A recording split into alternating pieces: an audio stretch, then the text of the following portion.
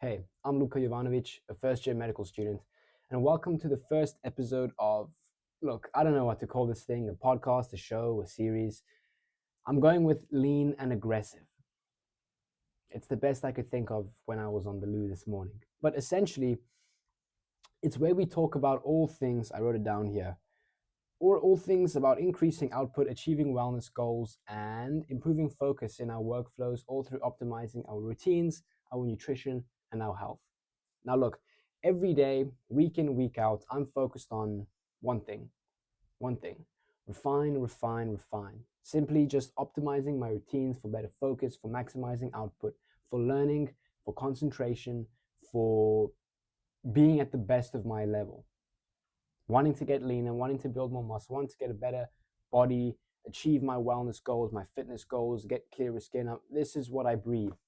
And so, hopefully, just by me simply documenting my experience, talking about what worked, what didn't, where I failed, what I learned, who I met, what I'm doing moving forward. Hopefully, you can gain a thing or two, get some value from that by me being this kind of virtual guinea pig. So, without any further ado, let's begin with the first episode of Lean and Aggressive. Cheers. What I mean by lean and aggressive, lean is obviously just the fit, able, healthy body being in good physical state, and then aggressive, I mean being able to concentrate, being able to focus, having the ability to pursue what we want. If there's an opportunity in life where we want to take it, we can go and take it ourselves. We have the concentration, the means, the the energy to do so. So we really just want to be optimized. And I hate the keyword optimized, the buzzword. Everyone just throwing it around. Here's how to optimize sleep, optimize this, optimize that, optimize the painkillers up your bum. Like, there's just so much stuff to optimize. But it's really just about being on our A game and taking ourselves seriously in every respect of the word. So here's what I've been on and what hasn't really been working for me in terms of my health and my wellness and whatever. Firstly, this hair. I've never had hair this long before, and I don't know exactly what to do with it. I'm trying to grow it out, but it's tricky. So, take me as I am. And then today, funny enough, though, I did style it like this. It feels a little awkward, but someone said, "Yo, nice hair." That's like the first compliment I've ever got just from a random person. So I'll take that as a sign and keep rolling with that.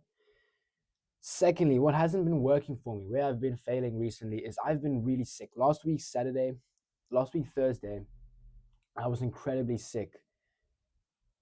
Like sick, bedridden almost. Thursday night was a very difficult night. Not only were my dorm mates making loads of noise, but I just couldn't sleep.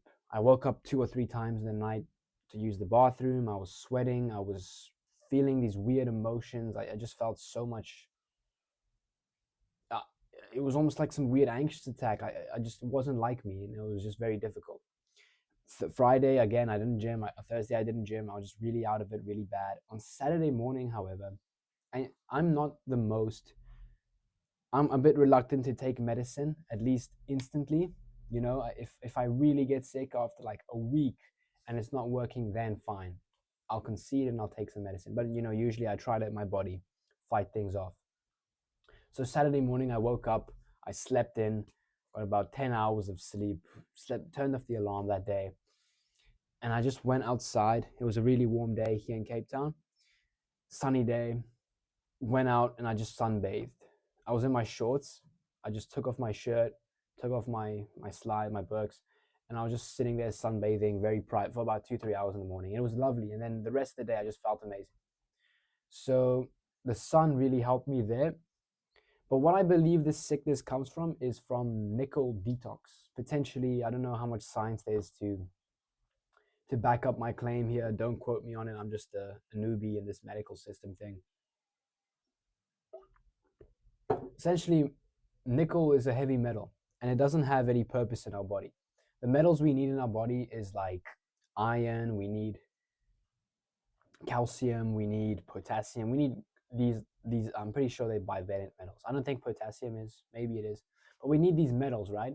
But then you have these other metals which were in the earth's core, right? Like we'd never even come across these metals before, But now we start mining them up, taking them out of the Earth's core, and we start making, stainless steel pots and pans and cutlery, and the food which we eat, the food like the ground beef, right? It's processed with all this stainless steel. So now we start consuming these metals which we never would have come into contact with before, and so these metals are now in our body, and they're taking the place of the good metals. This is my understanding of the iron, of the maybe copper, of the potassium. All these bivalent metals, they act the exact same way. They start taking the place, they bind to the proteins, and so now all the work which needs to be done by the good guys doesn't get done because these guys are just sitting there taking their place, So that's why we start feeling bad. That's why we start feeling lazy, lethargic, anxious. No, I don't know. So apparently my idea is I started detoxing. I just stopped consuming nickel, stopped eating as many beans, and stopped eating so much oatmeal. And I switched to a glass water bottle instead of stainless steel. I had a stainless steel tongue scraper. Now I just, brush my tongue with the toothbrush a bit and spit it out. So I significantly reduced my nickel intake. So I think my body started getting rid of it somehow, and that caused me to feel bad. Food for thought. Just putting it out there. It's my, put a question mark behind that. Okay, as I get smarter, as I gain more knowledge over the few weeks and months and years, maybe I'll back it up, or maybe I'll just say, yo, I was pretty dumb back then. But that's what I've been on. That's why I believe I could potentially be sick. So far on low nickel, I have been. That detox was pretty bad, and I've been getting loads of phlegm and snotty nose and stuff like that, which is very unlike me. But my skin's kind of improved a bit, and my eyebrows look a bit darker. It's weird. Okay, I've done a bit of research. Apparently, nickel causes hair loss. Apparently, nickel is white. It expresses itself in like white things in the body. So gray hairs, or like if your stool is incredibly white, it could be high nickel from cocoa beans or something like random like that. Being sick, better now. What else hasn't been working? This is what what I'm about, what these videos are about. I talk about personal things. My stools, my poo-poos have been really, really bad. Okay, not really, really bad, but I've been pretty constipated. I haven't been pooing regularly. Sometimes it would be in the morning, sometimes in the evening. Sometimes the texture would be like a hard dinosaur rock, dry ghost wipe, and then the following day it'll be in the morning and it'll be really smooth, uncomfortable, not very convenient wiping process afterwards. Oops. So very inconsistent, which I don't like. I think, okay, so basically what my low nickel diet is just apples, bananas, pasta, like refined flour. So pasta, I've been making my own sourdough now, ground beef, chicken breasts, all right, and iceberg lettuce, cucumber. That's basically it. And so I haven't been getting as much fiber as I used to get from the beta glucan and oats and then beans. I was considering, I was supplementing psyllium husk, but then that could potentially be high nickel. So now I've noticed that throughout the week, I got 2 really good poos. Very random, but I just almost binge ate a bunch of apples. So one day I would eat a bunch of apples, like 4 or 5, and the following day, or at night, I would eat a bunch of apples for dinner, and then in the morning, I would just have an amazing poo. And then for lunch one day, I ate a bunch of apples, went to go study that afternoon later, got a poo. Very, very good, very smooth, came out with ease. The wiping part afterwards was quite sticky and not very convenient, but that means that it was binding to bile. And so my detox was pretty good, from what I understand. So essentially, what I think it makes a good poo is if it is dark. The darker, the better. Unless you had like charcoal, obviously it's going to be dark. But the darker, the better. That means it's binding to bile. You're getting rid of toxins. And then the stickier, the better, because again, bile sticky. But if it's a rock dinosaur poo, it's fun because you don't have to wipe, but you're not really getting rid of anything bad. Okay, so that's the theory I understand. Okay, just everything I say, take with a grain of salt, do your own research. Don't let whatever I say influence you. Just maybe acknowledge it and move on. So that's been the booze. What I'm going to be doing moving forward, apples have loads of pectin, loads of soluble fiber. So I'm just going to be eating a lot. I bought a lot more apples this week. For the coming week, I'm going to be eating a lot more apples, about four a day, and see how that affects my stools. It hopefully should be beneficial because they're high in fiber. I used to peel the skin because of, all the sprays on the skin. Grocery stores put wax on the skin to make it shinier. I'm just washing it really thoroughly because I want that extra bit of apple pectin, that extra bit of fiber, and I'll see how that affects my dookies. Then my eyeshadows, kind of bad. I was looking at old photos to see if it's just me or if I'm just getting, insecure or something. I don't know. I feel like they've been pretty bad for the last, it started getting bad like a year ago. And I think that's just been from, late nights, early mornings, but maybe that's cope. Maybe there's a deficiency in my diet, which is causing my skin to thin. And now you can, see the under shadow of my eye a lot more. Maybe it's just poor sleep. Maybe it's just finally the compound effect of me doing the wrong thing and now it's finally showing. Maybe it's just, what did I write here? Cranial collapse. Maybe it's me and my improper bone structure. Maybe it's me breathing from my mouth when I sleep. Maybe it's bad posture when I'm at my desk. Maybe it's just my bones and my skull, the compounding effect of doing the wrong thing, for years. And now, only now I'm seeing the consequences of it. I don't know. Okay, what I am considering, I'll get to that later actually. That's what I don't know. My eyeshadows are being kind of bad. And I will figure out how to fix that eventually. But for now, it's not working. It's a concern.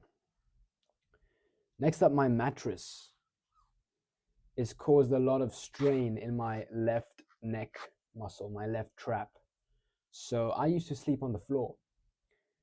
Back when I was at home, I used to sleep on the floor. I slept on the floor for the last 2.5 years, maybe 2 years, just to be safe.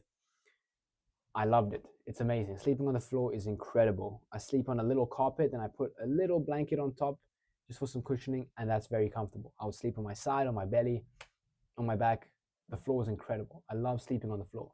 A little habit I've gained come across, trick to really improve my sleep is when I lie down to sleep at night, I don't lie down on the pillow first. So I move the pillow just above my head, and then I lie down on my arms, or I lie down on the mattress, or just the floor straight.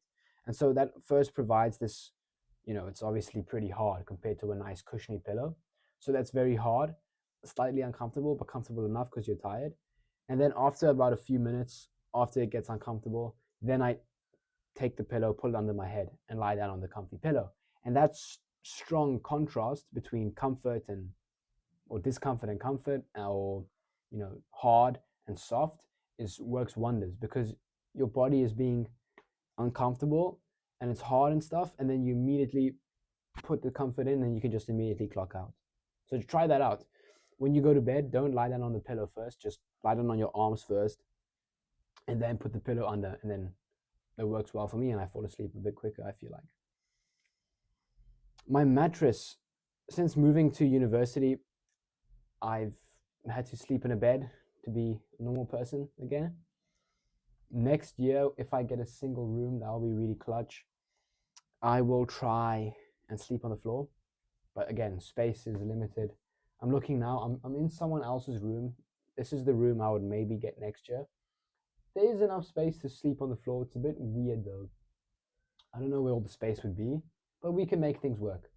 But consider sleeping on the floor actually. I love it. It's way better than a mattress because the mattress is cool for a month. It's comfortable. And then all the bad stuff starts kicking in again. The mattress shape doesn't fit with your back. It starts curving. Poor mattress. Mattress protector doesn't work. Now my mattress is hunched in. My spine isn't good. My muscles are strained during the night. I wake up with pain and stress in my trap. It's not good. Floor is superior. For the time being though, I moved my suitcase under my my mattress, my under my bed, to make it in line with my back. So where the stiffest part would be my back. So my upper torso, my neck, my traps, that kind of region. So my upper body, my chest and up, my torso and up is on a slightly harder surface, I guess, because the suitcase is there, so it can't dip down all the way. Does that make sense? So I'm trying to compensate for the mattress, and we'll see how that works. Then this past week, my afternoon study sessions have been pretty bad. I've been geeked, locked out, couldn't focus. I ate a lot of my food at once. Pasta. Okay, that's my next point, but I always nap. I have a lunch break from 12 to 1, and I always nap for 15 minutes. And then as soon as I wake up, I can always go to the library and study and focus for a few hours in the afternoon, and it's amazing. Because what I do is I wake up at 5:30, I go and I study as long as I can before lectures, and then I basically just work as long as I can until 12. And then at 12, I nap, eat, go again in the afternoon, essentially. So the mornings have always been good, but it's always just about trying to get the most, squeeze that last bit of juice in the afternoons, because the mornings are good. If I can get a bit more in the afternoons, that's a plus. This past week, my afternoons have been really bad. And why I think that is because I didn't nap once this whole week. First world problem, right? I didn't nap once. I was on my phone. I spoke to other people. I spoke to family, spoke to my mom, spoke to my cousin. That's very distracting. If I can, I really enjoy that, but if I can save that dopamine for the end of the day, I think that'll be a lot better for my afternoon study sessions. If I can nap, that'll be a lot more beneficial. And I was eating a lot of my food. I meal prep. So I have, for that day, I have X amount of pasta, X amount of meat. And meat is good. Fruit, I feel good on. But the pasta really weighs me down. That's my next point, which is I feel like my focus and my energy drops when I eat a bunch of pasta. When I eat pasta, it tastes really good, but I just can't get enough. Like I eat and I eat and I eat until there's nothing left.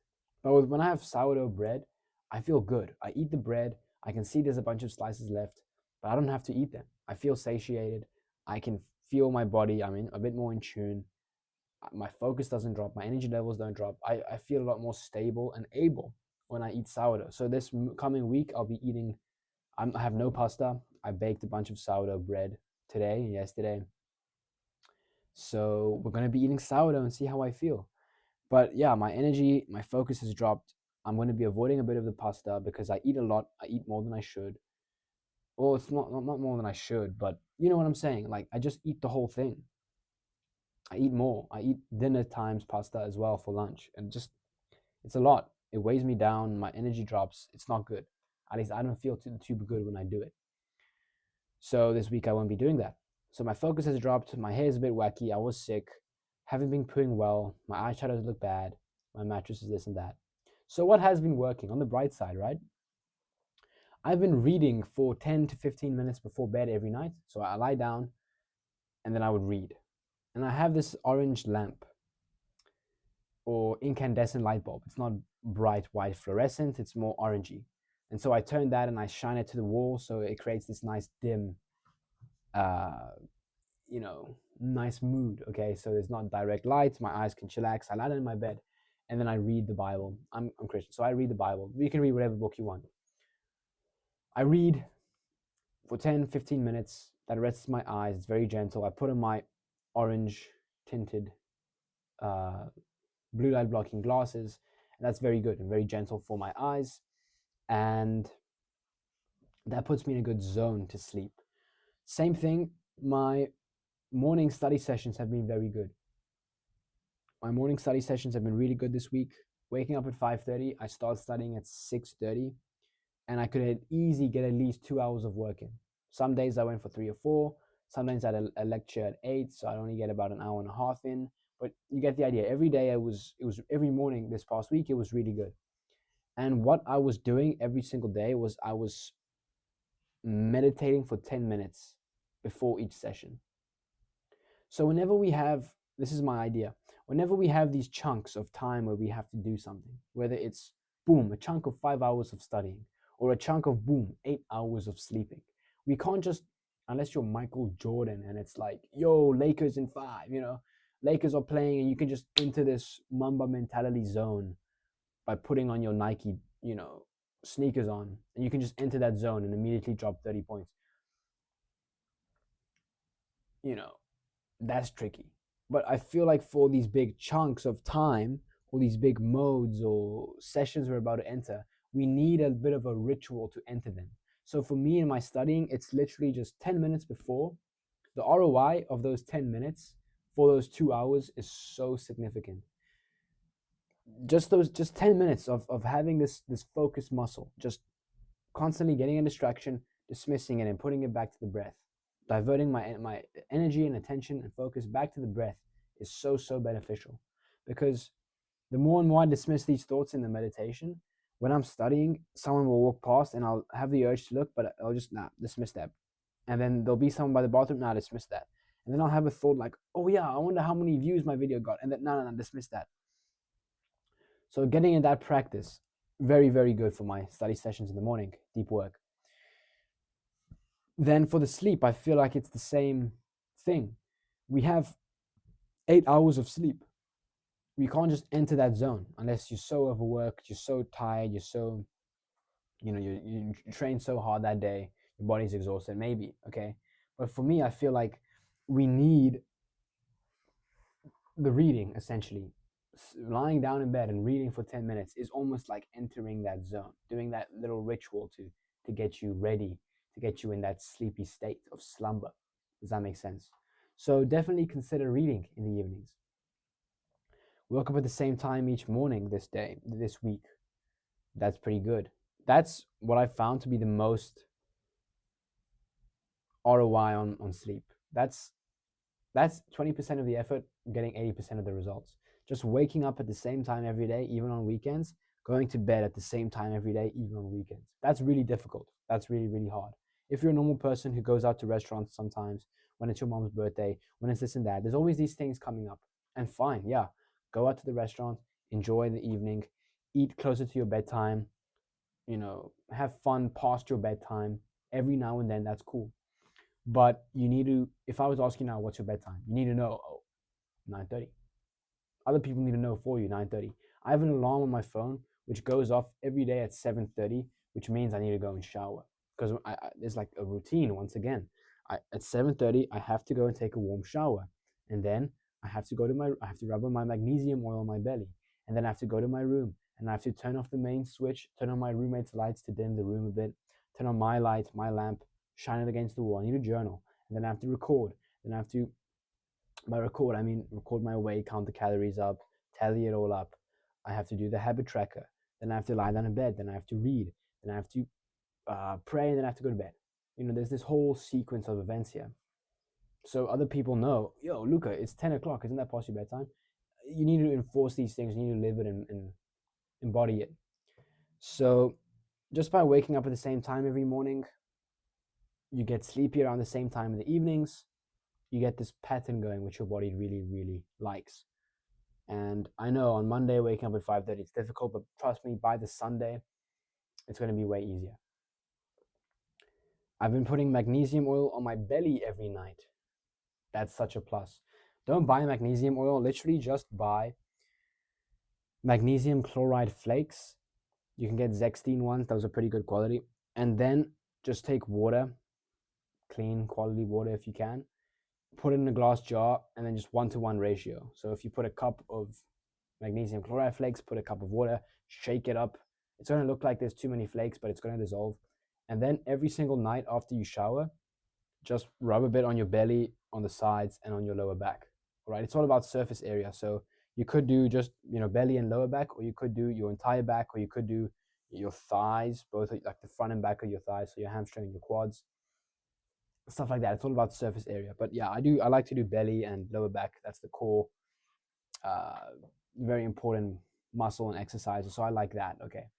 And magnesium is just topical magnesium on your skin is absorbed a lot better than oral supplement magnesium like glycinate. is what I found, what I believe, what the research alludes to, according to my research. So try that out. It's pretty good. And don't buy the oil, just make it yourself. It's way cheaper and you get way more. And it's not that hard. Also, my own electrolytes. Again, with the metals, I'm essentially avoiding bad metals like nickel, like copper, like manganese, like aluminium, aluminum metal, and then I'm taking good metals. So I'm getting enough magnesium and I'm taking enough potassium. I'm eating a bunch of bananas every day, but I also bought salt, potassium chloride. And so with supplemental magnesium, it's very hard, very easy to overdo. So if you take a teaspoon of that, you have about 3 grams of potassium, which is a lot. You need about 3.5 to 4.5 a day. A teaspoon of that is a lot. So I always just take a pinch or two, and I'm building up my tolerance to that. Okay. Organic potassium in bananas, you can easily just chug 5 bananas in a smoothie and you'll feel pretty good. But with the supplemental one, like potassium chloride, I pinch a bit in my water. When I wake up, I take like 2 or 3 pinches, put it in there, shake it up, drink it. It's potassium. And I salt all my food so I get enough sodium. And I put magnesium on my belly so I get enough magnesium. So those are all the electrolytes you really need. And that's powerful. I feel really good. I really believe drinking potassium chloride in the mornings when I wake up helps hydrate my body, but it also helps me just get active and get switched on and be awake a lot quicker in the morning. So my study sessions are a lot better. That's something I started this weekend. It's been working pretty well. Morning study sessions have been good. 10-minute meditate before. Yep. You need a mini ritual to enter this state, rest, and work. Yeah. Same thing. You need like a bit of a routine, a bit of a ritual, especially in the afternoons when I sit down for the afternoon session. I really don't want to meditate. I don't want to sit down and do nothing for 10 minutes straight. I already did it this morning. I already got the tick on the habit tracker. Why do I have to do it again? But it's just that ROI. Those 2, 3, 4 hours will be way more beneficial if I can just spend those 10 minutes in the start. Those other 3 or 4 hours I follow will be a lot more beneficial. And then jump rope. Everyone talks about 10K steps. Everyone talks about walking, daily cardio, zone 2, do sprints, do this and that. Bro, who has time to do 10,000 steps a day? That's like 2 or 3 hours of walking. That's crazy. But what I've found is jump rope. About 4,000 skips on a jump rope is equivalent to about 10K steps. It all depends on energy expenditure, right? So it's like if you burn 500 calories jumping rope and 500 calories walking, just how long did it take you? It depends. It's different for everyone, right? So for me, I think it's about 4,000 skips. It's about 10,000 steps. And this has been working really well. I've been doing it every day this week. I realized today I actually haven't done it. Awkward. But hey, it's Sunday. It's a rest day. Okay, we'll figure it out. I could just go and jump a bunch of times after this. But yeah, 1,000 steps takes less. 1,000 skips takes less than 10 minutes. It takes about 3 minutes 50 to 4 minutes 30 seconds to do 500 jumps. Oh, my jump rope broke. That's why I didn't jump. Yeah, I'm not a bum, guys. I promise. So it takes less than 5 minutes to do 500 skips. So what I've been doing is you have to find you have to almost habit stack here. So every morning I habitually study for 2 hours. So after my study session, now that I have that habit, I made it a new habit this week to just jump for 10 minutes after my study session. Every day I'm going to eat lunch at 12 o'clock. So every day before my lunch, I'm going to jump 500 times. And every day after my lunch, I want to jump 500 times. It's a habit again to eat dinner. So every day before my dinner, I'm going to jump 500 times. And every day after my dinner, I'm going to jump 500 times. Every day I've made it a habit to work out. So every day I'm going to do 500 jumps before my workout and 500 jumps after my workout. When you add all that up, it's 4,000 jumps every day. So you need to find things in your day that you just do naturally, right? And then just add this to it. So I saw on Twitter someone had an ab wheel, and when they go to the bathroom every day, they just do a few ab rollouts, and they got a six-pack. That's really, really cool. Also, just having things in your environment makes you a lot more likely to do it. I bought an ab wheel myself, and I just have it in my room, my dorm room.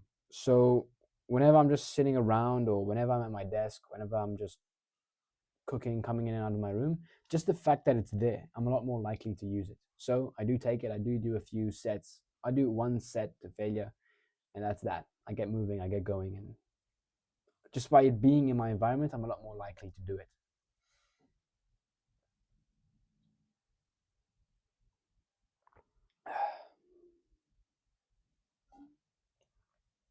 So that's good. Hope you can get some value from that. And I really love jump rope. I really like it. So all in all, in the day, it takes me about 30 to 40 minutes total to do my jump rope. And it doesn't feel like a burden. It doesn't feel like I try not to do more than 1,000 skips at once because then it feels like I'm doing cardio. Then it feels like, whoa, this is exercise, you know? But if I study for 2, 3 hours and then I just get blood flow going I go to the public bathroom and I jump rope. And I always thought that would be so awkward if someone walks in on me, but I've been walked in on like 4 times already, and all of the interactions have been pretty wholesome because so basically you walk in and you can see all the bathrooms, and then there's like a wall, all the cubicles, and there's a wall here where the sinks are, right? The taps to wash your hands. And so you have to turn a bit. So I turn and I go and I jump over this. So they can hear me jumping, and then I can hear when they leave the cubicle, and then I stop and I'm like, oh, sorry, my bad, bro. And then it's always very wholesome, very pleasant conversation. While they wash their hands, I'm like, oh yeah, I just jump rope for blood flow. And they're like, oh, that's cool. What are you, a first year student? Oh, okay, that's cool, man. Keep it up, blah, blah, blah. It's always a very pleasant conversation. It's relatively surface level, superficial small talk. It lasts about 2 minutes while they wash their hands, while they dry it, and while we say cheers. But it's not that bad. It's not that awkward. It's not that cringe when you get exposed for jumping rope in the bathroom. It's not that terrifying. It's not as bad as I thought it would be. So try it out. Give it a try if you can. It's very nice as well. It's not that when there's good weather, you can go outside and jump some rope, get some sunlight in. It's a very, very nice break. It takes less than 5 minutes. So once you can, you'll never look at 5 minutes again the same way. Once you understand that, hey, I am 1/8. I can do 500 jumps. I'm 1/8 of my daily goal in 5 minutes. That's pretty significant. So have a look at that. Then what else has been working for me this week? My workouts. I haven't What I've been doing, I hit legs 3 times this week and upper body 3 times this week, and Sunday today was my rest day. So just make sure my mic is on. Yeah, it is. Basically, I've only been training for about 30 to 40 minutes in the gym each session. And so what I've been doing this week, this is a new kind of approach. Monday, I go to the gym. I hit legs, but I only do 2 sets of an exercise. So I go leg press and I go 2 sets hard. Boom, boom, boom, failure, failure, failure, go to failure. I go as hard as I can, but I only do 2 sets. And then I go to the hamstring curl or Romanian deadlift. 2 sets, 6 to 10 reps, 2 sets to failure. And I go hard. I go as hard as I can. I go to failure. When I drop the weight a bit after I failed, just to really get that maximum. If this could be clipped out of context, and it would look very, very awkward for me and my mother. But you get the idea. Please don't show these weird clips to my mom, my family, or anyone trying to hire me one day. And then I love the upper body days because I just go to a machine and I sit down and I just put the weight heavy and I just go poof, poof, poof, and I crank out 2 sets to failure. And then I drop the weight down a bit so it's lighter. And then I just make sure I empty out the tank on each muscle group. And I love that. And funny enough, 2 days later, my muscles feel good. I don't feel too tired to train. My legs were a bit sore because I don't usually hit legs that often, at least, maybe once a week.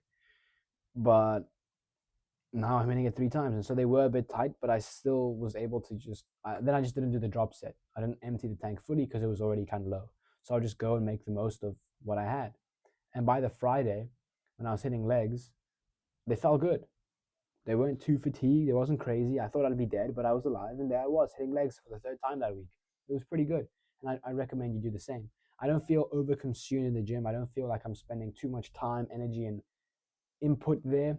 It feels like I can just go there at the end of the day, get all the steam off my chest, just poof, poof, poof on some high testosterone activity, crank it out, and get out. And I feel good. And I can get different variations throughout the week. So for chest, I'll just do one movement of chest, one for lat, one for upper back traps, one for bicep, one for tricep, and one for shoulders. And for legs, I'll just do some quads and some hamstring and adductor. And I don't do calves. My calves are kind of big genetically, but whatever. And that's that. And I really like that. And then throughout the week, I can just get different exercises, different variations in. So for back, it's amazing. Lat pull down one day, then one day dumbbell pullover, and then one day dumbbell row. I really like it. On Saturday, I like to empty the tank because I know on Sunday I have rest and then Monday I have legs. So my upper body has a bit more time to rest. So I added one more set for chest, one more set for back. You get the idea. And then, what am I doing moving forward? Another idea I want to share is simply what you do not record, track, measure, you cannot improve. I wish I can maybe put a photo up, but I'm a bit lazy to edit the video. I have a whiteboard in my dorm room on the wall. And every day, it's every day for the last, so for, it's May, April and May. And it's every day for these 2 months, and it says exactly what I trained, what muscle group. It says there's a column for muscle group, there's a column for calories, there's a column for protein, there's a column for what supplements I took. Did I take niacin? Did I take MSG? Did I take potassium? Did I take magnesium? Did I take zinc? Did I take selenium? All these things. Did I take fiber? And then at the end there's how did I feel? And so I document that. And every day I'm recording. Okay, I didn't take MSG today. I didn't take fiber today. I did take potassium. Okay, how did I feel? Oh, okay, I felt good. Oh, I'm a bit constipated now. The workout session felt amazing. The study session in the morning, amazing. You know what I'm saying? So all these things. Well, I felt pretty geeked in the afternoon. Couldn't focus. So everything I'm just recording and taking into account. Document it. And then I have a habit tracker as well. And I don't like doing the digital stuff. I just can't connect to that. It doesn't feel real. So I like having it on paper. I'm old school. I like putting it on paper next to my mirror every day. I like putting it on an actual whiteboard and going there and writing. And I like standing on a scale and weighing it and then writing that number on the whiteboard and then seeing a month ago how I lost 2 kgs, hopefully of fat and not muscle. But you get the idea. I like to make it real. And whatever you do not track or measure, you cannot make real. Whatever you don't record, you cannot improve. So what I'm focusing on moving forward is my posture. I've been a lot more mindful and alert, conscious of my posture, especially when I'm sitting down. I tend to hunch over. So when I'm at my desk, I hunch round my shoulders. When I'm eating food, I round my shoulders. When I'm sitting down, I tend to round my shoulders. So all I've been focusing on is simply just dropping them. That's so overpowered. Just being conscious of that, just dropping your shoulders, increasing the distance from the shoulder to that ear lobe. That's power. So I'd be eating or like typing on my laptop and then just focus on dropping it. That's a very beneficial thing. So if I move to the side, I'll be typing, just drop it. All right. And then when I stand, also, we often have this like gym bro Superman pose, this like anterior pelvic tilt or posterior pelvic tilt or something.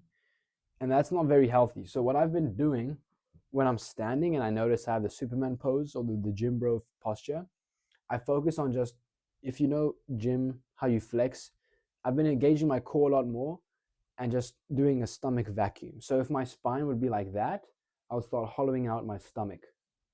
All right, hollowing out so I would be like that, like Superman. And then I just started hollowing out my stomach to make the stomach part, the abs, engaging them more and making them out as straight as possible. It's search stomach vacuum. You basically suck in all the air and then blow everything out of your tummy. And it's similar to that, just engaging those muscles. So you engage the lower back and you engage the abs and the core a lot more. That's been improving my posture. It's all just about being a bit more conscious and alert of that. And then I've also been listening to a lot more audiobooks. I downloaded an audiobook online, influenced by Robert Cialdini. And just while I cook, while I wash dishes, while I meal prep, while I'm walking somewhere, I like to listen to the audiobook. Replacing music with the audiobook is very beneficial. The only time I don't replace music is when I work out. I like listening to rap when I hit a hard weight, when I do a heavy ass bicep curl. I like that. It makes my workouts better. I feel better, makes them enjoyable. I feel like the man. I feel like a white boy from the west side, not just a white boy from the suburbs. I feel good. And I'm already not getting a lot of stimulation. I've already reduced my dopamine, my benchmark for dopamine significantly. I eat boring food. I eat the same food every day. I wear the same outfit more or less every day. I don't go on social media anymore. I just do the same stuff. I listen to the same podcasts. I listen to the same people. I read the same stuff. My benchmark for, I don't need that much stimulation anymore. So then when I go and remove music, that's like the only bit of the main piece of dopamine I'm getting throughout the day. Now my body starts getting mad and I start rebelling. So I just give myself the music when I work out, and it's not so bad. Then what I want to be doing moving forward is this thing called a Revive mouth guard, REVIV. What it is the eye bag cranial collapse thing I mentioned earlier. Basically, you put it in. It's like a flat, I don't know, flat plate mouth guard or something. It's rubber. You put it in. It's not custom made. It's one size fits relatively all. You have small, medium, large, extra large. You put it in your mouth and you sleep with it. And then while you sleep, it's supposed to be correcting and molding your jaw and your bone structure and your maxilla and your whatever. So I don't know what's holding me back. It's a bit expensive. It's about $80. And I'm pretty sure it's from America. And I don't know if they can ship it all the way down here to South Africa, Cape Town. But I'm going to get it. I'm going to experiment with it. And I'm going to see. I know there's some stretches you can do to just accelerate the whole remodeling of soft tissue in the cranium, making that whole process a lot quicker. I don't know what's holding me back, but I'm going to do it. I'm going to document that. I'm going to be doing stretches every day. I'm going to be documenting the process and see if that's pseudoscience, and see if my bone structure changes. Do some research on that if you want. And I'm going to be eating more apples each day, 4 or 5, just for the fiber, and I'll see how my stools feel. I'm going to be definitely making sure to prioritize getting a nap in my lunch breaks in the midday. I've just made that correlation. I just tend to find that when I nap in the midday lunch break, my afternoons feel better and my study session feels better. So I'll just see if that's a fair relationship, a fair line to go and connect all the dots to. And yeah, I'll be focusing on just calling people I like later in the day, save all the dopamine loading end of the day, and just nap. And then I'll see how that affects my work in the afternoons. 15-minute nap, no longer, no less. If you nap for 5 minutes and wake up, it just disrupts your whole vibe. And I know that if you nap for longer than that, your sleep at the end of the day can feel a lot displaced, out of place. And I'm gonna I meal prepped a bunch of sourdough this weekend, so I'll see how I feel replacing all my pasta with sourdough. I'll see how I feel on that carb source. And then another hack is when I'm in the gym, when you're in the gym, you do a set and then you go to rest, right? In that resting set, you want to go walk around the gym. Just walk up and down to the bottom, to the back, for 3 minutes, because you have a bunch of sets, you have a bunch of rests, you have a lot of time. Get as many steps in as you can. Don't focus on going too far. Just walk around, and you can accumulate a lot of steps throughout the day passively just by being mindful of those little moments that you have resting.